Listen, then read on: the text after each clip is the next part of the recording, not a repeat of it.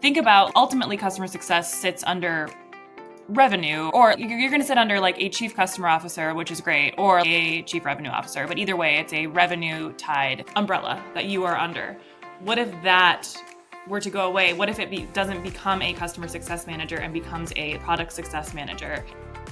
Welcome to Onboarding Therapy. I'm Kim, and in this episode, Sherelle and I are debating whether or not it makes sense for customer success to report into product. We've both got some pretty strong opinions on this one, so let's get into it.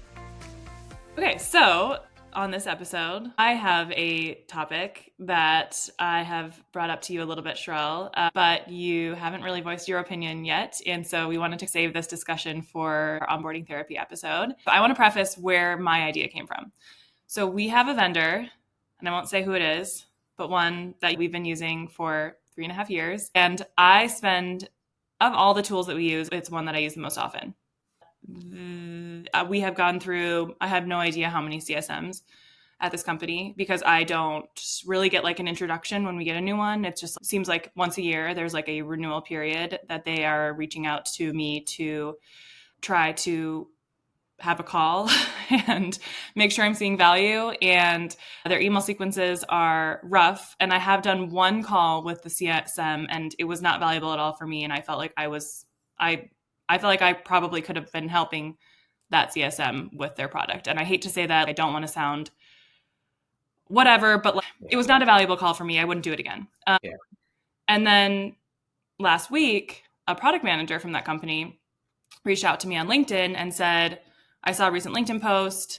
I would love to understand more about your use case for X in our product. We're actively working on building this out, so I would love to schedule a time. And I booked the call really quickly because I was like, this sounds valuable. This sounds like they understand a level of my use case now and are looking to explore it further. And my feedback could help to make this product better.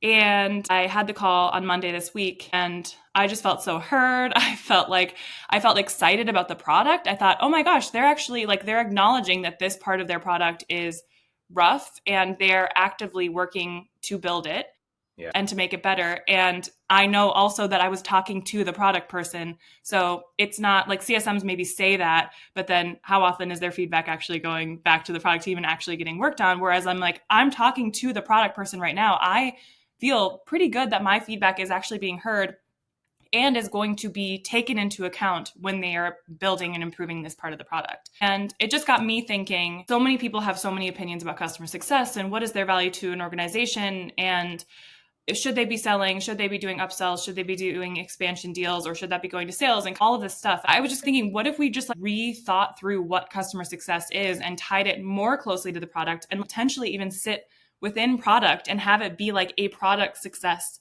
kind of department where there is a person that is talking to customers and actually has a commitment, and maybe their KPIs are around the product metrics and things that product cares about, rather than this like expansion renewal play that everyone is like trying to make CS fit into. Yeah. First of all, I actually agree with you in that on a number of topics in there. CS has become a dumping ground in a lot of organizations. Mm-hmm. I think 10, 15 years ago, whenever the term started to become a thing, especially in SaaS worlds, I think we were trying to make it new and exciting. And I think the intent was to make it focused on the customer experience and the product and upsells and growing revenue. And the reality is it has become a dumping ground for all things. Some of it is actual customer success. Some of it's support. Some of it is, like you said, just taking feedback, just checking the boxes in a lot of cases where you're essentially, based on your metrics and performance reviews, being forced to hold these calls or reach out to customers and say, hey, I'm just checking in. And as someone who's been put in that position in other places, here at Arrows too, at times, I've put myself into that position. I actually have to zoom out and ask myself, why am I doing that? Am I just doing it because I want to check the boxes and say I reached out to these customers? Am I really adding value? We have talked about checking in versus checking on with customers, which is also a little cliche and wordplay. But if you're not adding value to those calls, then you're going to feel how you feel and how most of us feel when we reach out to customers. And if you don't have the autonomy to actually change any of that, or or your orgs get so big that now you're so bloated with targets and KPIs and just like day to day, it becomes so hard to add any value on those calls. Whereas a product manager, that's their job. They don't have customer calls all day long. They don't have to have 8 calls today and then deal with follow-ups and notes and emails. And that's not at all to downplay the product manager's job. It's hard in its own sense.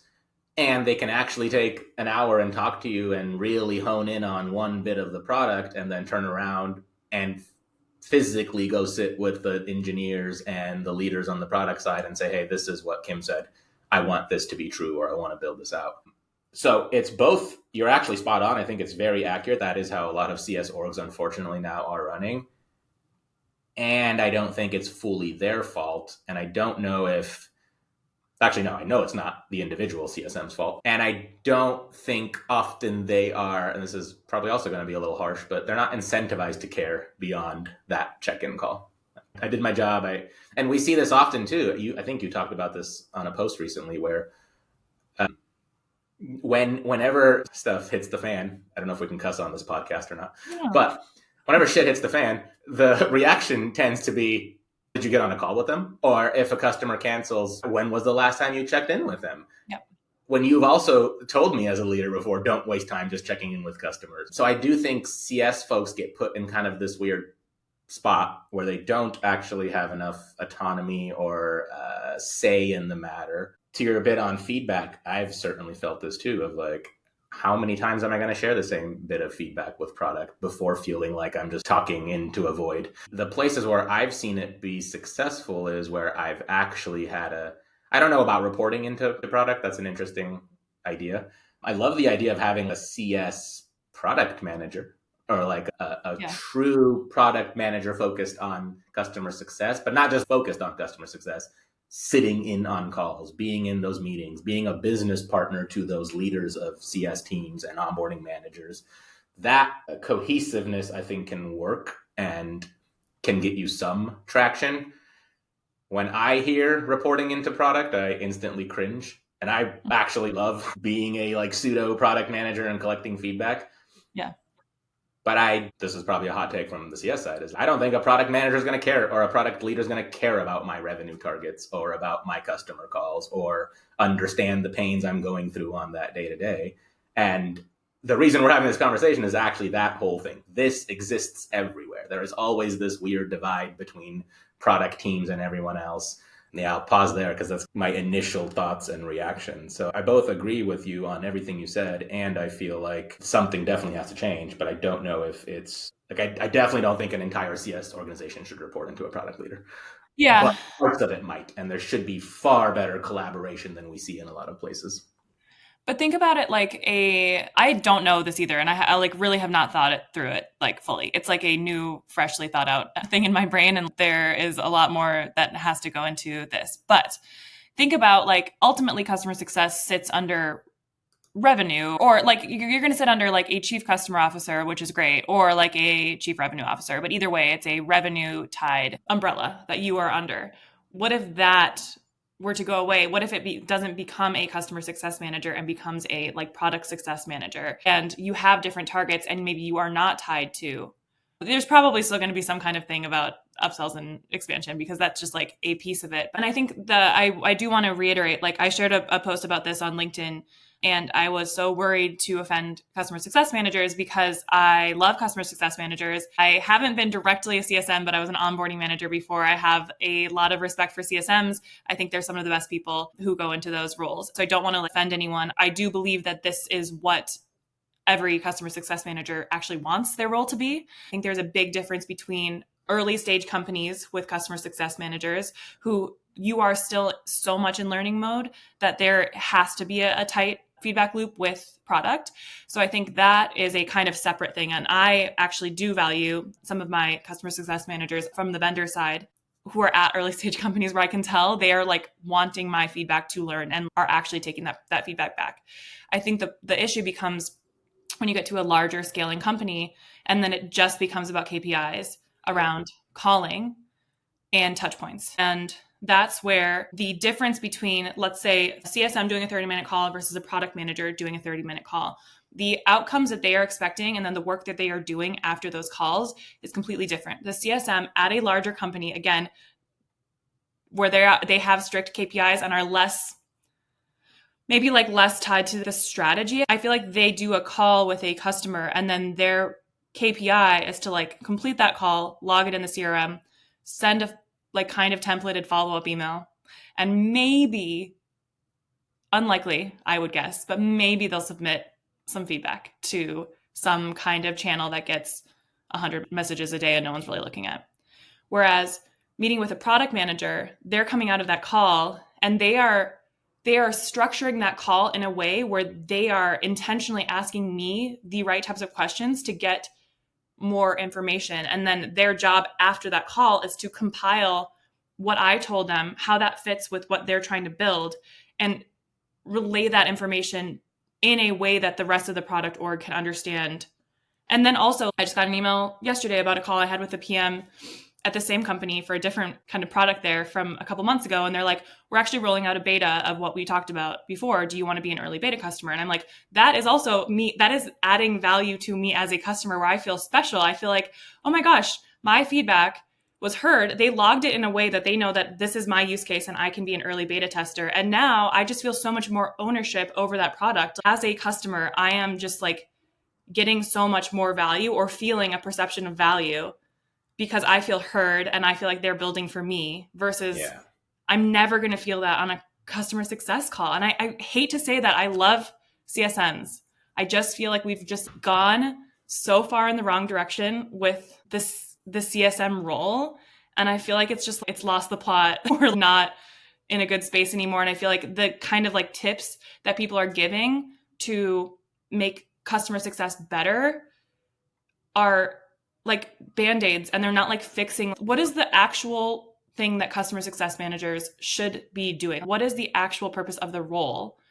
And that's where I'm like, I almost just feel like reframing it in such a radical way of what would it look like to have customer success sit under product is like a way to think about it. Because I feel like we're all just trying to do this or have this kind of a meeting or send this kind of email instead. And I feel like we need to rethink the whole thing. Yeah. Again, I agree. I know what post you're talking about. I was not offended in the slightest. Yeah. I hope other CSMs weren't offended because I don't think you're targeting individuals with that commentary. It's actually your experience and it's very valid. We have vendors that now I have their CEO and their chief product officer is emailing me and asking for feedback. And I give the feedback and it's great and I feel heard. And as I'm doing it, I'm thinking to myself, why aren't you empowering the people who I should be working with? Like, why are you, as the CEO of this company, as a last resort, reaching out to me and asking me to do X, Y, Z or share thoughts on something? Mm-hmm. And yes, I feel heard. But also, is that because I have a senior title? Would you do that if I was just the CSM? Or would you actually reach out to me and ask me for my input? And I think there's so much opportunity internally to make that, to empower those people, to empower CSMs to have some more of those conversations. And I 100% agree with you in that customer success at larger companies, it almost feels like selfish business success. Are you really making the customer successful, or are you just trying to upgrade me into some crap that I don't need to make me expand my product or my usage or my spend ultimately with you? Mm. You're trying to make more revenue. Let's call it what it is. That's what customer success has become. You're just trying to push revenue on the business by having me either upgrade or expand. But if all you're doing, like your experience, is reaching out at my 11th month mark every year and saying, hey, it's time for your renewal, let's do a quick check-in, and then I give you a bunch of feedback and then I don't hear from you again. Yeah, you're silently churning me and or just pissing me off and wanting me to talk to other people. And it probably can't feel good for that team internally either then when a product manager has to jump in and be like, I talked to Kim and I got XYZ out of her and now we're going to go build this thing.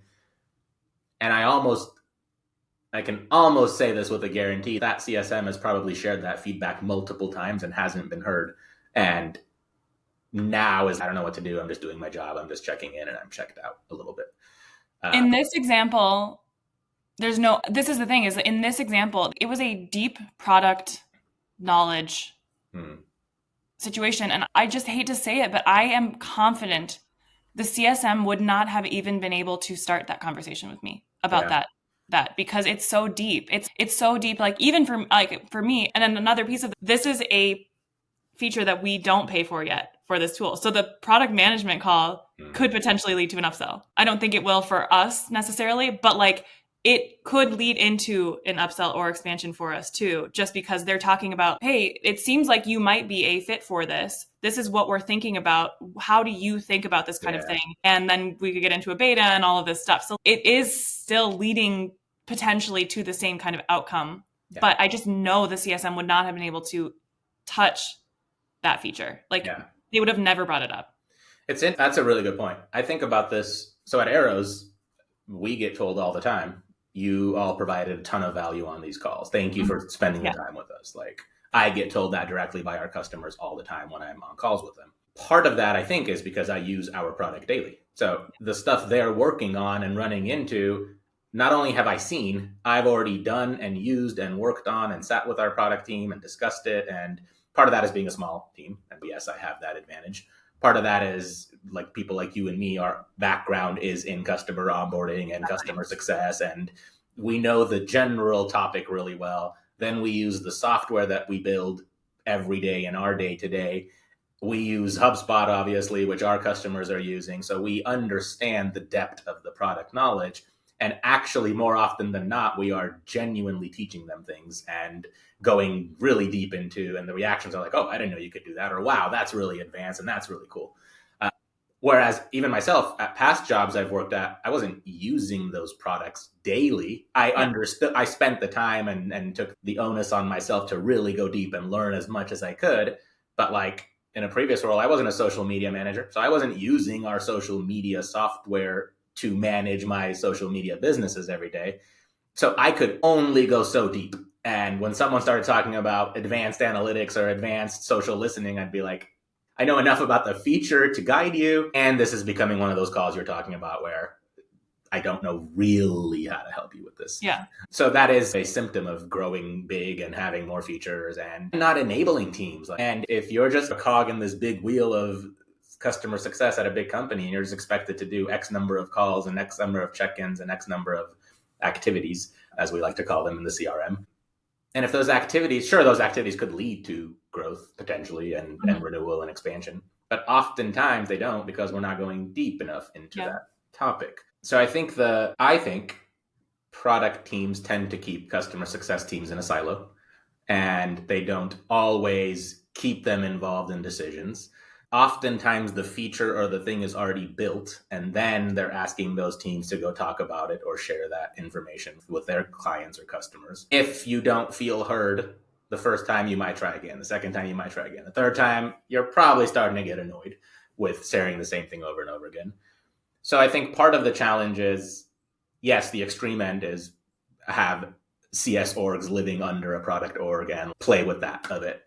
I think there are steps along the way that can probably help, like I took a lot of notes on this after I saw your post the other day, breaking down some of those silos between product teams and candidly, every other department. When at my previous company at Sprout Social, part of why it worked so was we actually had what we called an onboarding guild, but really it was a collection of leaders from every department. And we got together every 2 weeks with a monthly check-in with our CRO and our CMO to discuss what are we seeing, what are the problems, what are some new features we want to dive in on.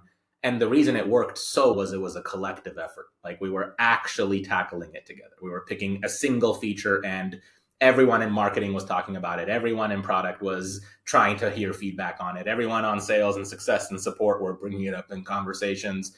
Product was in real time taking that feedback and designing it and improving it. And like it worked really well. So although none of us were reporting into each other, there were such strong dotted lines to everybody. Like my role sat in and this is also part of it, was I got to be in a CS ops role and sit between all of these departments and have an input and have say. And I was doing onboarding. I knew the product really well. I was a direct business partner to the onboarding teams, the CS teams. And one thing you said earlier that resonated with me is they actually are speaking different languages. Like it is hard for a CS person to translate what a product person thinks and vice versa, because they genuinely think differently. that is such a gap and opportunity in businesses. And that doesn't mean like I don't need to know engineering or coding, but I need to know how to talk to you to make sense of what this feature is or what the pain is or what the bug is. And one thing I've been trained on and learned here at Arrows too, stop going to product teams with solutions. Go to them with the problem, explain what the customer is feeling and what the problem is and what the pain is, and let them actually solution the feature. That's where they get a big kick out of it.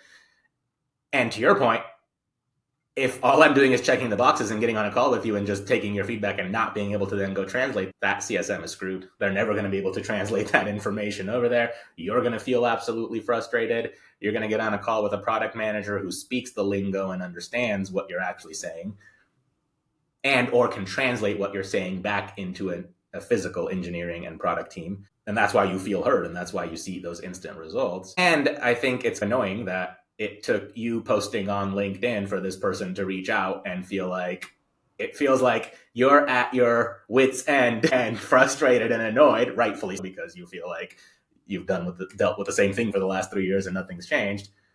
And it's this last cry for help, and someone reaches out and says, hey, let me help Kim. And it's like, why didn't we empower that person along the way? I think that's actually an interesting point. Is the post was like one of my LinkedIn posts about like our tech stack, and I actually don't know how it was related to this feature, but it wasn't like me complaining about this tool. I have plenty of gripes about this tool, but it's generally a tool I love, and I will never churn. Like I will use this tool through the end of my life. I'm not a churn risk. I wish I could say what it is. Don't come at me about being a churn risk. I'm not. But so they saw something, and I don't even know what it was because I didn't really read the whole message. I was basically like, oh, a PM from this tool wants to talk to me about this feature that I care about. I don't even care why you're reaching out. Like I will do that. And I also I think I like product teams. I like product. I was fortunate enough as a onboarding manager to be able to work very closely with our product team at the last company I worked at too. And I loved that. So I like being a part of those kind of conversations and sharing feedback and feeling like I'm contributing in that kind of a way. So I think that's also like a personality thing, whereas there's probably a lot of people who would not have jumped at that either. But I think to your earlier point too, I think the reason that you are able to add so much value to our customers and on the calls at Arrows is because onboarding. If you were just like a person who's never done onboarding before and you didn't get it, I think it would be very different. And a big thing that a few people in the comments on my LinkedIn post said was like, customer success managers that add a ton of value are people who have done the job of the people they're talking to. So like my last company was in ed tech. And so we actually had someone who was a previous customer who then joined the sales team. And we basically copied the way that she talked to our prospects and customers because she had a talk track because she was like, I had a life where I didn't use this tool and then I used this tool and this is what changed. And we didn't have that knowledge or empathy to understand, like we could make it up and approximate, but hearing from an actual person who knew that pain and knew what our prospects and customers were feeling, we literally stole her talk track or like used it because it worked and it showed empathy for our customers.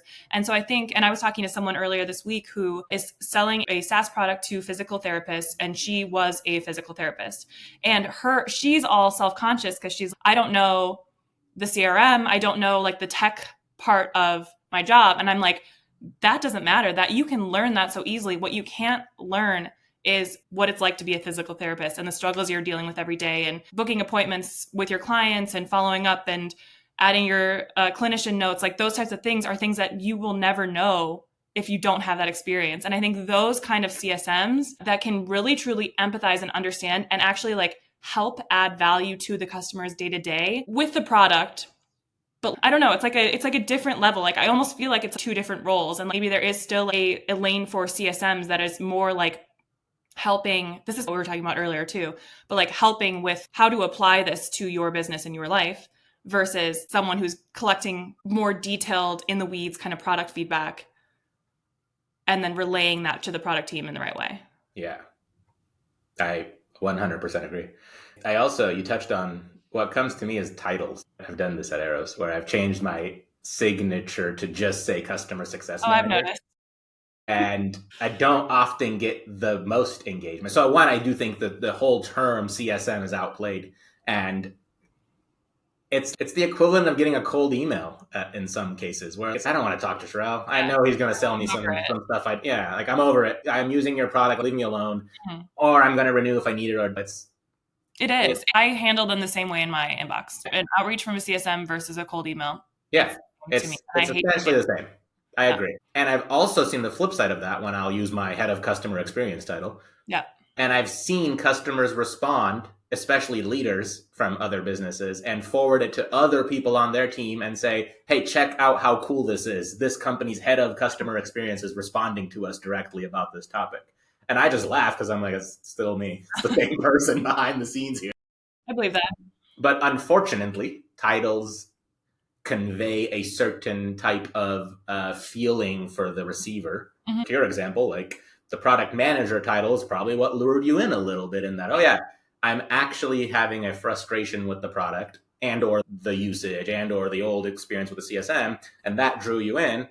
And it so happened that it was a good product manager who took your advice and went and hopefully did something with it. But yeah, the CS title has been outplayed, CSM title. It is now associated with, in most cases, actually, I think it's associated with not knowing what that role even plays in that business. Like, what am I going to get from this call? Is it going to be strategic? Is it going to be value add? Is it going to be just like a check-in call? And part of that, again, is to your point earlier, some of these businesses get so big, and I've been in worlds where a CSM manager is managing a book of 800 customers. Yeah. That's good luck. Mm-hmm. There is no chance on earth you're going to add any value to any of those things. You're an overpaid automated marketing campaign, basically. Mm-hmm. At that point, just build automated marketing campaigns and fire off emails and hope for the best. And then you have, and obviously this depends on revenue and spend, and we're not naive to that, because we'll have strategic CSMs who do in-person calls and hands-on stuff. And I don't know, I also struggle with that a bit because, not with that concept, but there's so much value to those smaller spend customers where you could grow them and could add value and could get them to expand. And the reality is we don't, because we're just checking in and checking our own selfish boxes internally. That's also probably why we're seeing higher and higher turnover in CS roles more recently, and or them being viewed as cost centers and line items, and churn happens and inevitably we have to blame the customer success team. And I know that's not true either, but that's what it feels like. And then you're missing your targets, you're missing your KPIs. You're continuing to add less and less value because now you're coming at it from a place of, I have to hit my targets, I have to hit my numbers. I don't actually know how to help this customer. Yeah. But my boss said, hey, make these calls this week or send these emails this week. And it's tough out there, man. It's tough for CSMs.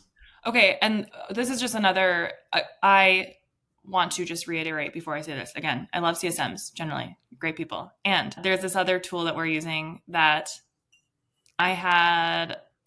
it's like a messy situation, but I had a call with the CSM and I was like, hey, is this specific feature coming? Because if it's not, the tool becomes completely invaluable for us. And just to be honest, like we won't renew if this feature isn't coming.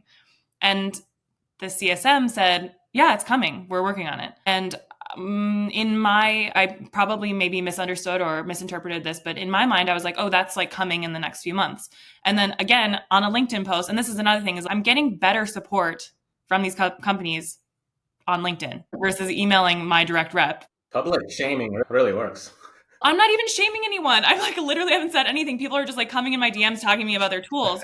And I'm like, hey, by the way, since I have you, do you know if this thing is coming? Yeah. And then a director of sales from that same company reached out and he was like, oh, no, that is not coming. Like I've been really like on our product team to work on that, but it's really unlikely to get prioritized. And I'm like, okay, so this is a huge contract for us. We were about to renew because I was told that this was coming and it literally offers no value for us. We will not renew and it doesn't make sense for us to pay for this tool if that doesn't come.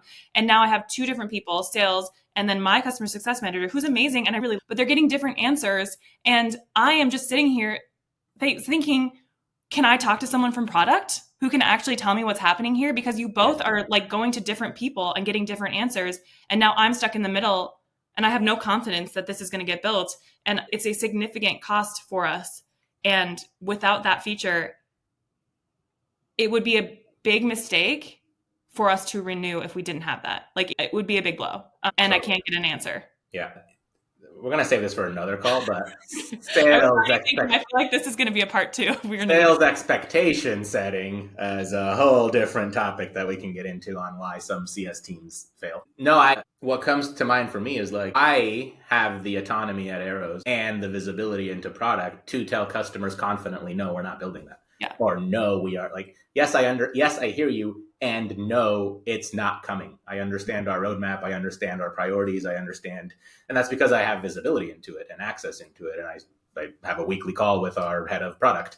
And so I understand what is happening and have the confidence to tell a customer, no, that's not going to happen, knowing that it might potentially cause some churn or cause some reaction. And when I've been in more junior roles or even like senior CS roles, even if I know that's the answer, sometimes I've essentially lied and have said, yes, we're working on that, or yes, that's coming, because I don't want to lose my individual bonus. I don't want to take a hit on my individual metrics. Yeah. It's a tough place to be, or like a tough spot to be stuck in. So I both, like you said, I don't, it's not the individuals in those roles that are the problem. It's the structure and the systems in place for those CS teams to not be able to be successful or not be able to really service customers. And then it becomes a big number game too. Okay, we lost Kim, but maybe we got 10 other customers to expand, whatever. We'll take our losses there. In this case, would you rather not renew, or would you rather that I renew and then I'm angry and telling everyone how you actually screwed us over and lied to us? And now, because it's an annual contract, and it's one of our more expensive tools. And so I can't get a straight answer from anyone about this. So which one is worse? Right now, I'm just like completely frustrated. In fact, I have my date open for getting a bunch of these kind of tasks done. And one of my tasks is figure out what to do with this. Like, I have to who do I need to talk to figure this out, when this should be like a fairly easy, yes, we were doing this, or no, we're not. And then I can make that decision. But right now I have to go figure out who I can even talk to get a straight answer about this tool. And then either way, I'm not going to be happy because I don't know what's happening. And now I'm annoyed, and it's taken a month to get nothing basically from them. And our renewal is coming up in a month. Yep.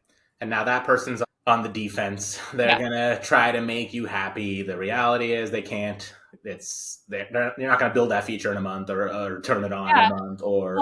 And that's what's tough is like this. It's not the CSM's fault at all, but they will be the one who gets docked if we don't renew. Yeah. But we will not renew because of one singular feature that was like semi-promised to us, and now potentially will not happen. And it's just, I don't know, the whole thing is just tough, and I don't know. But those are the scenarios that CSMs are put in all the time that make people not trust them, or not trust them, but not want to even engage and to try and go around them and see if there's anyone else they can talk to, because they don't even have the answer to this stuff. Yeah, no, you're right. It's not their fault, and it is their fault at the end of the day. It's not their fault, and it lands on their plate, and it is their fault. Exactly. And to give some maybe pointers or tangible things that people can go do in that, build better communication between CS and product. Sure, don't go change reporting lines tomorrow, but at least build some sort of place to have those conversations. Ask product teams how they want to receive feedback. That's another problem I see in CS all the time is I shared the feedback 10 times, but did you actually ask how they want to receive it? Did you share it in the right way? Was it in the right tool? Was it in the right time? Are you just pestering something that you should have known is already not coming, or we're not building, or not a priority? And again, that's probably a communication gap. Maybe start with a hybrid role of this is a CSM halftime and a pseudo associate product manager halftime type of thing. Like, start somewhere with that and then try to build on that. Ask how the product team actually wants to hear about the feedback. Get them on calls. I can't preach this enough. Get your product leaders on calls, onboarding calls, cancellation calls, renewal calls, all those check-in calls. Like, actually bring them into the fold. So instead of you having to deal with the product manager directly, as a CSM, go ask your product team, hey, can one of you jump on this call with me so that I can still maintain some of this relationship with Kim, but also make her feel really heard and that I am actually bringing someone from the product side into this conversation. And it works. Like we see this, customers reach out to us proactively and ask for time to talk to us, which means they see so much value that they're willing to go out of their way and talk to us. So there is a desire there. It's just, it's bandwidth. It is volumes of like books of business. It is obviously contingent on revenue and business health. You can't just go hire 1 million CSMs and have them talk to everybody every day all the time. So there's got to be some scalable components in there. But also as CS orgs, look at your metrics, like really analyze how you're adding value to calls. Because if you're just forcing your CS teams to do check-in calls and activities, you're failing. It's a recipe for failure. There has to be value in there. We did a campaign the other day where you and I have been playing with command centers and some new tooling that we have in HubSpot. And Daniel, our CEO, recommended the subject line to me, and it worked really well, which was, can I show you something that will work for you? And I had everybody respond. It was a very basic email. Can I show you something that I think will help you? A quick image of what that thing was, a quick blurb on why it's going to help you in your business. And my inbox was blowing up with requests to talk about it and follow-ups and people geeking out on the onboarding command center thing that we're setting up for folks because it actually adds value to their day. It's not just a random checkpoint because you feel like you should be doing a checkpoint, but it actually, it solves the same, except it's actually like way more valuable, but it solves the same. Hey, we need to like make sure this customer is doing okay, whatever. It gives you a little bit of insight, but you're actually like figuring out a way to add very tangible value to a customer very quickly. Yeah, of course. I'm not going to waste our time on stuff that isn't valuable either. These were customers that their usage isn't as high as we would like it to be, or they do have renewals coming up. There's very much a baked in strategy into that. But the message is, hey, I have something for you that you're going to use, and make it about them, make it about their needs and about their goals. And we all have selfish goals, of course. No one's naive to that fact. Like, we have businesses to run and revenue to generate and accounts to keep around. That's what we should be doing in customer success. We're trying to make customers successful. So I think that has been lost in all of this is we're no longer trying to make, in these scenarios we're talking about, we're no longer trying to make customers successful. We're just doing the day job. Like you are, it's like theoretically you are, but then it's like the way that you're doing it is lost in some playbook of someone has determined this is the way to do it. That's, I love that. Theoretically you think you are, but you're actually not. And if you're not stopping to figure that out or fix, that's why we're here today. It's like, we think we're adding value, but the customer doesn't feel that. But we're not changing anything. We're just firing off more emails and another check-in. And now you're in a sequence where I'm completely hands off. And that's not how it works. And test in small batches. That's the other feedback I have. If you're going to do something like this, like the thing we just talked about, I didn't send it to hundreds of customers. I started with 20, saw that something worked there, expanded it to a little bit bigger, saw that something worked there. Then I went to marketing and asked, hey, can you help me automate some of this or push a campaign out? Saw that worked. Now let's go to sales. Okay, let's talk about this feature in sales every time because it feels like a huge value add. And then to product, right? Okay, these things you two built are really powerful. These CRM cards are working. People are excited about them. And when product sees usage on stuff, that's when they get excited because engineers like to build stuff that their customers use. That's just fact. So when you can go to them and say, hey, by the way, I know I've been giving you feedback for the last 3 months about everything that's not working. And here's this thing that's working really well. This little bit needs adjustment or this little bit needs fixing. That excites the crap out of engineering teams. And then they want to lean in and learn more. So foster an environment where you can do some of that and build on that momentum. And if you have the bandwidth and can afford it, I actually would highly recommend some sort of CS ops person or product manager that's truly focused on customer experience, like the bigger holistic life cycle of how customers are moving through the life cycle and all those touch points. Yeah, definitely agree. I feel like this one can be like an ongoing discussion because I feel like there's a lot here. And I wonder if there are probably some other people who might have some opinions, or I think that there are some companies out there who are actively making sure their customer success teams are, I know there are, but have got it nailed down, the like customer success through product, how they work together. Yeah. Like we generalized a lot here. There's obviously a lot of great customer success teams out there doing great stuff. And I know there are like a lot of good customer success teams, and are they doing the right things? I think like I would challenge any customer success team to actually figure out if they're doing the right activities. Like I just feel like we've really lost the plot a lot with customer success, and like they're really wonderful people and have the absolute best intentions. And I would challenge everyone to look at what the activities they're doing and if they're actually adding value for their customers, and if they're actually adding value to their product teams. Are you actually giving your product teams the feedback that you want? But I do think there are like bigger companies that have CS not necessarily within product, but like much, much more closely tied to product than I think we typically hear about. yeah, And I think it would be interesting to learn how people have thought about that, where like what customer successes KPIs are in those instances, and how that shifts around. So maybe we have another one in the future where we talk about that a little bit more deeply. love that. I also want to get some product people on this call. I know, On one yeah. of our next ones. Let's hear what they have to say. Yeah. What is your lens from the product side dealing with customer success teams? Yeah. Oh God. Interaction works. That one's actually going to be a battle. I love it. But like without that healthy dialogue, we're not solving any of this. So whether it's our own product team, I think we should get involved because I do think we have a good example of how, and we have our own challenges and frustrations. I don't want anyone out there listening to this thinking like we're perfect and everything works. No, we have our own gripes with marketing and sales and success and onboarding and product. That's all true here too. And we talk a lot and we have a lot of dialogue and we try to share a lot of feedback and hear each other's side of the story.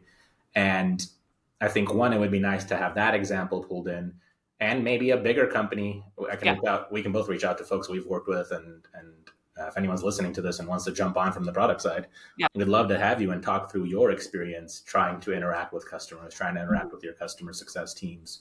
Because I think that's what ultimately this is all about, is trying to actually help people through some of these challenges and pain points. Yeah, totally. Cool. This was a really long one, but I think we both had a lot to say, and yeah, we'll keep it going. Love it. Thanks. Bye. Bye.